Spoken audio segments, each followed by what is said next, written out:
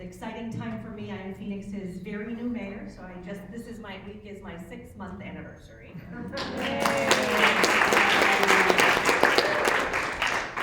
I hope I am not new. I see many friends in the audience, so it's good to be with you and to talk about such an important topic, which is incredibly urgent in the city of Phoenix. We are America's fastest growing city, so we added more people than any other city in the United States last year. We're now at about 1.7 million, which makes us larger than the entire population of 10 different states. So when you talk about growth, this is ground zero, and when you talk about needing to do it in a smart way, that is also so important. We are a desert city, and we really have to think about the impact of climate change on our community. So this could not be more timely, and very timely to get a climate change mug in international, I believe it's International Climate Change Week. Yep, climate strike. We are trying to lead in several areas related to planning and to climate change, and it's been nice to have really strong support from our voters. A month ago, we had a very important election in the city of Phoenix around our light rail system, and our voters said they want us to invest in planning and support.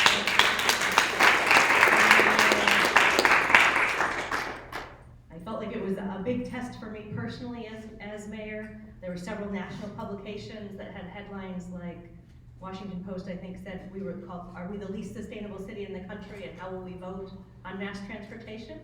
And we voted the way the headline did not expect, I think, to invest in mass transportation. It also felt like, just personally for me with my background, it really mattered. I have an environmental degree as my bachelor's degree and got very involved in the city really through some of our planning processes. Like several of you in the room, I got involved with our village planning commission processes, which the city is divided into urban villages, and we come up with land use planning at the local urban village level. And then I was also involved with our 10-year plan, which came out of Arizona's smart growth legislation.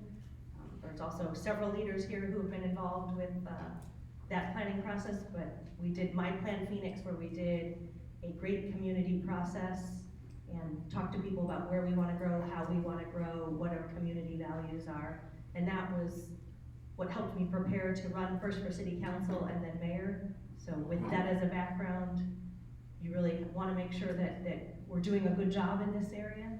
And it's neat to be with so many people who serve on our village planning commissions and Marsh Bushing, our planning commissioner here as well, people who are really helping us lead in the area and be intentional about where we want to grow, including more density along our light rail, making sure that we have unique neighborhoods and we really value the diversity of Phoenix, that what makes sense in South Mountain with agricultural roots may be very different than what makes sense in more urban areas, and that one of the beauties of Phoenix is that we can offer multiple different types of lifestyles and products, and that's something that our roots and our planning system really helps us to be able to do. We want to do it in a way that is environmentally responsible and has multiple transportation options, as well as leading in emerging technology, whether that be new modes of transportation. We're in the middle of our second week with having scooters in our downtown. Who's talking about those? Mixed reviews so far. We are also trying to see, as we look for building a more walkable city, investing in more of an urban tree cover. So that's something we'll be working on this fall at the city.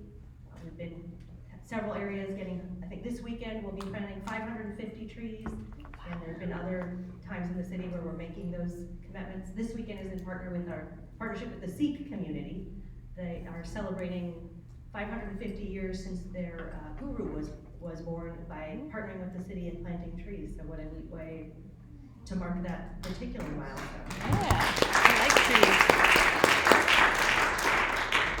And a lot of our partners have really stepped up and wanted to celebrate key milestones that way. So TGen planted 70 trees in honor of the 70th birthday of one of their great scientists. And it's just neat how people are celebrating our history with helping us plan for a greener city. So I hope that's something that continues to happen.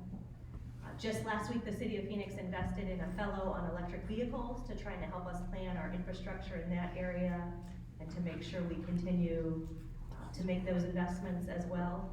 And just this week, the airport got a major grant to help electrify and have more clean development as they grow.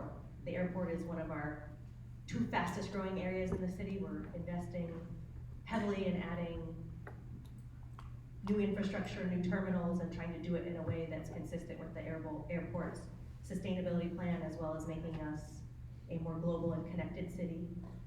The other area we're doing huge investment is protecting our water supply. We know we are a desert city, and with our growth, we really have to think hard. Per capita water use is going down, and that's something we can't take for granted, but we still have to plan ahead.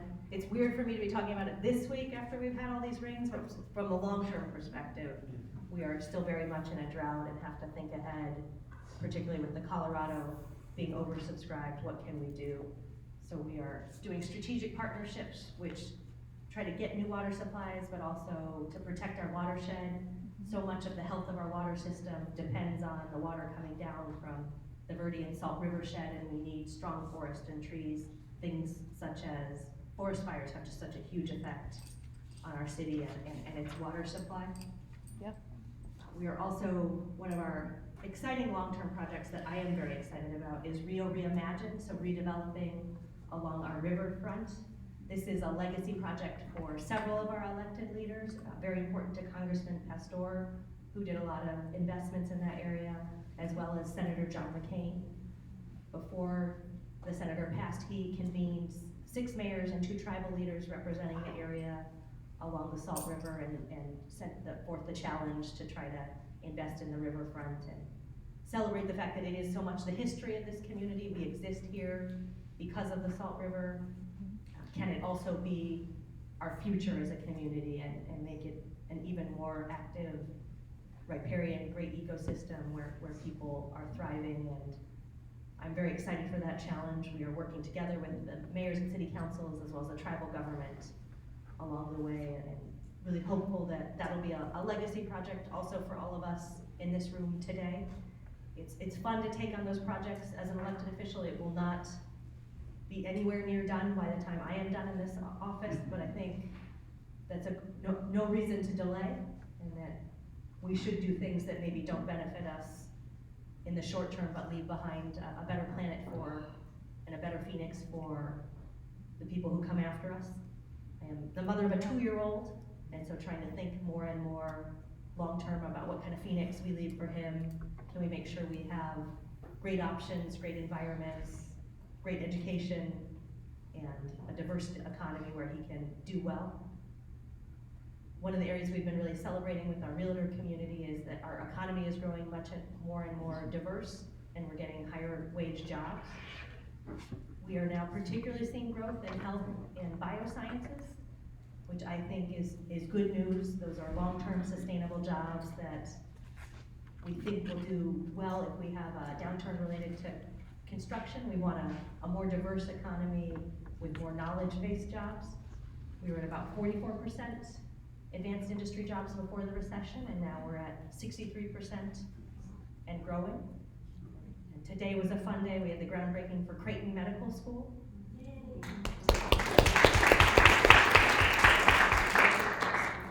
They are at Park Central Mall, so a backbone institution from Phoenix's history that is now being reimagined as part of our future. And Creighton wanted to be on the light rail so that their students can have multiple options about walking or taking rail to school, as well as more traditional models. So that's showing how you can reinvigorate a neighborhood. Our Midtown district just 5 years ago had pretty high vacancy rates, and now they are dramatically lowered, and new people are wanting to come into the core and be part of it. So just one example of how we are trying to reinvent neighborhoods and hopefully following smart principles that you've been talking about today. And we are trying to be smart at the city, so we do have a great CFO. Denise Olson, very sharp. It's not easy being CFO for the fastest growing city in the country, but she is doing a great job and has a very strong financial background. I also am the rare mayor in Phoenix. We've had a long trend of lawyers. and I know that is not my background. I know we have some fabulous lawyers in the room, but background by MBA, and I think it's a unique perspective. There probably aren't a ton of mayors with an environmental undergrad and an MBA, but hopefully that is a good combination for going forward with smart growth. Very good. It's a little bit unusual, although the environmental background is becoming more and more common. Someone told me I was the poor man's version of the Mexico City mayor. She has a PhD in environmental and she won a Nobel Prize.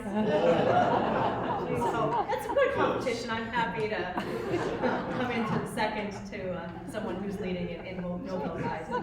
But that's something you're seeing more and more often. We're more and more elected officials.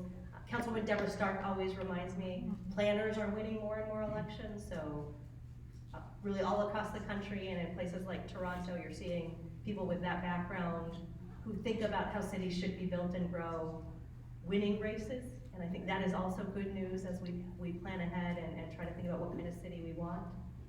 If you're here, it means you understand how important this type of thinking ahead is. And so on behalf of the mayor and council, we want to say thank you, and thank you to Melissa for organizing it and for having me here today.